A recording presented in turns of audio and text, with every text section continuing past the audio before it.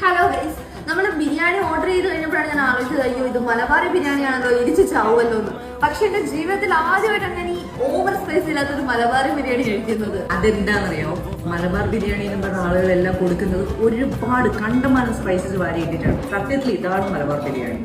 സംഭവം എന്താന്ന് വെച്ചാൽ എന്റെ +2 റിസൾട്ട് വന്ന് ഞാൻ അത്യാവശ്യം നല്ല മാർക്കോടെ തന്നെ ജയിച്ചു. അപ്പൊ പിന്നെ പുറത്തു പോയി കഴിക്കാന്ന് ഞങ്ങൾ തീരുമാനിച്ചു. മന്തി ഫ്രെയിമിലേക്ക് വന്നതിന് ശേഷം അങ്ങനെ മിക്ക മലയാളികളെ പോലെയും ഞങ്ങളും ബിരിയാണി കഴിക്കാറില്ല.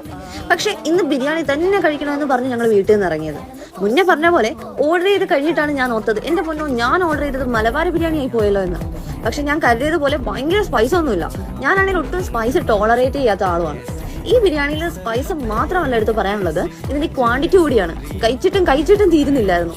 പക്ഷെ ടേസ്റ്റ് ഉള്ളതുകൊണ്ട് നമ്മൾ ആരെയും ബാക്കി വെക്കൂ. അതുപോലെ തന്നെ ഞങ്ങളും കുറച്ച് നേരം എടുത്തെങ്കിലും ഫുള്ളും കഴിച്ചു തീർത്തു. ആക്ച്വലി ഒരു വ്ളോഗ് എടുക്കാൻ പ്ലാൻ ഇല്ലാഞ്ഞതുകൊണ്ട് ബിരിയാണി കൊണ്ടുവരുന്നതിന്റെയും സലാഡിന്റെയും ഒന്നും വിഷ്വൽസ് എടുക്കാൻ പറ്റിയില്ല. പക്ഷെ അതിന്റെയും ടേസ്റ്റ് സീനായിരുന്നു കേട്ടോ. അപ്പോൾ ഈ കട ഏതാന്ന് വെച്ചാൽ നമ്മുടെ HNG മാളിനുള്ളിലുള്ള അൽക്വാസ് ആണ്. പിന്നെ എന്റെ +2 റിസൾട്ടിന്റെ വ്ളോഗ് പിന്നാലെ വരുന്നുണ്ട്. അപ്പോൾ ഇന്നത്തേക്ക് ബൈ.